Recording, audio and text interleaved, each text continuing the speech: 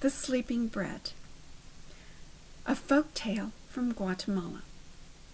Once upon a time, in the small Guatemalan village of San Pedro, there was a bakery, Panaderia de Milagro, the bakery of miracle. And this is that story.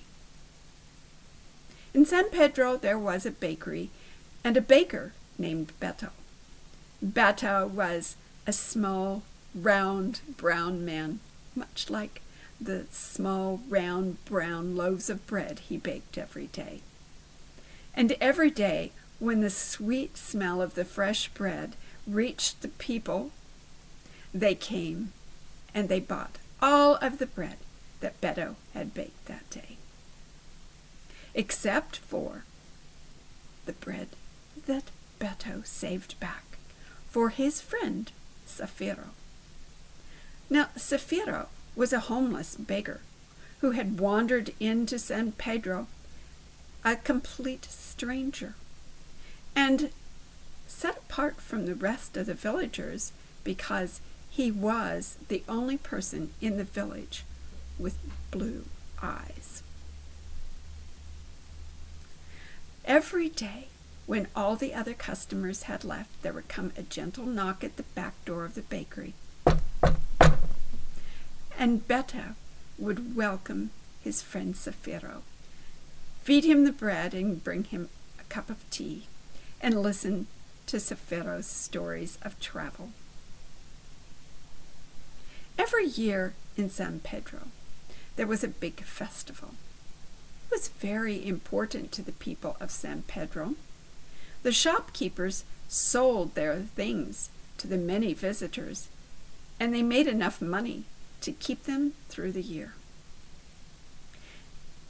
The people would always clean up all of San Pedro so it looked good to the visitors.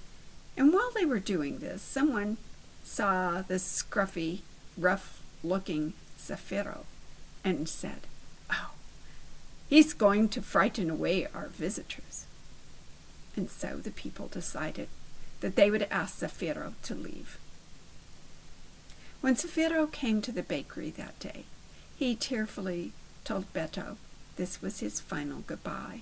He did not want to live among people who did not want him. As Zafiro cried, his bitter tears ran down his cheeks and fell into the jug of water that Beto used to bake his bread. That evening, as every day, Beto prepared his bread for the next day. He made a big slab of dough, covered it with a clean white cloth, and set it in the warmest part of the bakery to rise. In the morning, when Beto got up, he was shocked to find that the dough had not risen. The bread was sleeping.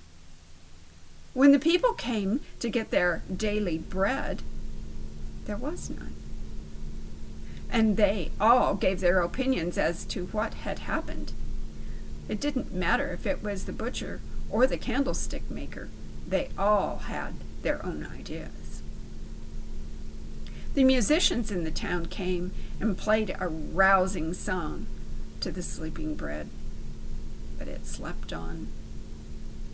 The mayor came and gave an inspiring speech, but the bread slept on. The policeman even came and threatened to arrest the sleeping bread, but that did absolutely no good. That night, Beto could barely sleep. He had so many dreams, and in the morning, when he woke up, he went and called all of the people in the village to come, and he told them that they must invite Zafiro to return to the village because they were being punished for their unkindness to him, and that is why the bread would not rise. Well, the people at first said no, they did not want Zafiro back, but Beto was very convincing, and so they agreed to go out and find Zafiro. Now, Beto knew that Zafiro liked to camp under a big tree at the top of the hill. And that's where he found Zafiro. And after much convincing, Zafiro returned to the bakery with Beto. And as the two men sat and looked at the sleeping pan of bread, they wondered what to do, and Beto began to cry bitter tears. What would he do if he could not make bread for all the people of the village? Oh, his life would have no meaning. Zafiro saw Beto's tears and was reminded of something his mother had told him. Bitter tears must be washed away. And Zafiro remembered that when he had cried his bitter tears, perhaps some of those had fallen into the jug of water that Beto used to make the bread. So they dumped out the pitcher of water, got fresh water, and made a fresh batch of dough, and decided to stay up all night and watch it rise. But the two men fell asleep. But when they woke up, they found that the bread had risen not to double in size, but 3 times. And Beto made lots of fresh, lovely bread. The people were so happy to have bread again that they welcomed Zafiro back. When they had the festival, they had a parade.